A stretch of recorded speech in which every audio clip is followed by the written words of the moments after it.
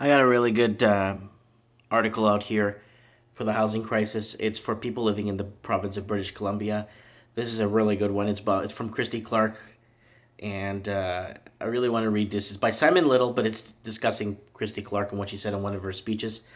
I want to read this one to you guys. This is really good. I just found this one. It's 4 hours old. Premier challenges cities step up and do their job over housing supply. Premier Christy Clark is calling out BC's municipalities, which she says are standing in the way of new housing development. You got to get the fuel on the fire if you want to keep the Ponzi scheme going. While BC housing prices have finally started to cool, the effects are being mostly noticed at the top of the market rather than the condos would be first-time homebuyers that they have their eyes on. Oh, God forbid the local Canadian is looking at something they want to own and settle and have a family. Oh no, we can't cater to these people. Asked what could be done to help those would-be owners, Clark aims squarely at BC's city councils, who says they have been slow to rezone and open up more supply.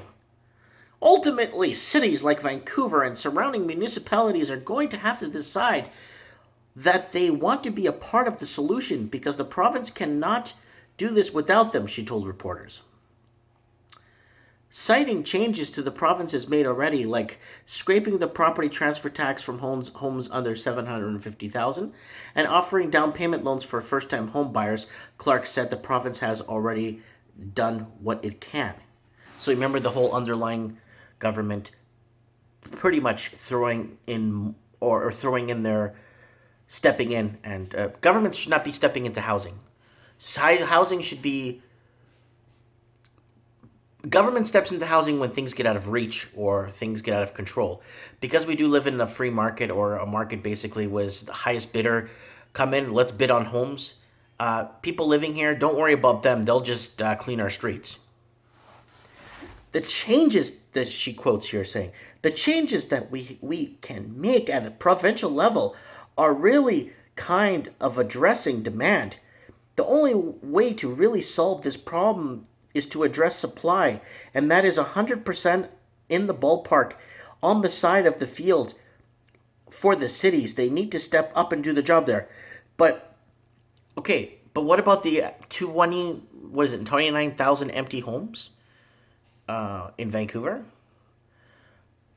There's 29,000 empty homes. So they want to build, what, 30,000 more homes and leave 27,000 of them empty? It remains unclear whether the government will unveil any housing-related surprises in the next week provincial budget. Remember, guys, if you've been following me for years, I told you, this crash should have happened 2 years ago. But because now the government's coming in and finding things, and then people are telling me, oh, you're pretty much spot on some of your predictions, but most of your predictions are kind of off and this and that. I cannot factor in government coming in and doing its thing. Because if we're going by black and white rules, this is the floor, that's the ceiling, let's not argue, we should have had a crash a long time ago. But when you start giving these first-time homebuyer loans, and you start doing this, and you start doing that, it becomes a very, very complicated to see where the trend is headed. And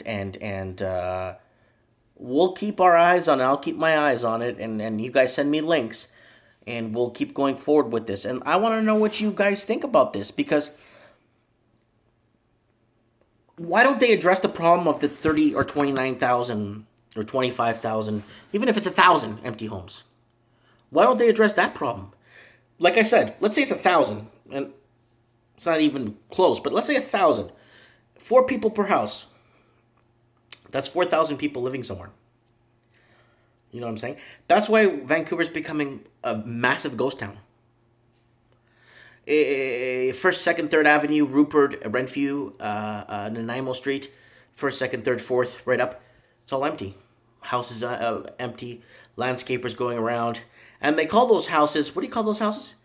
Luxury mansions, or luxury homes.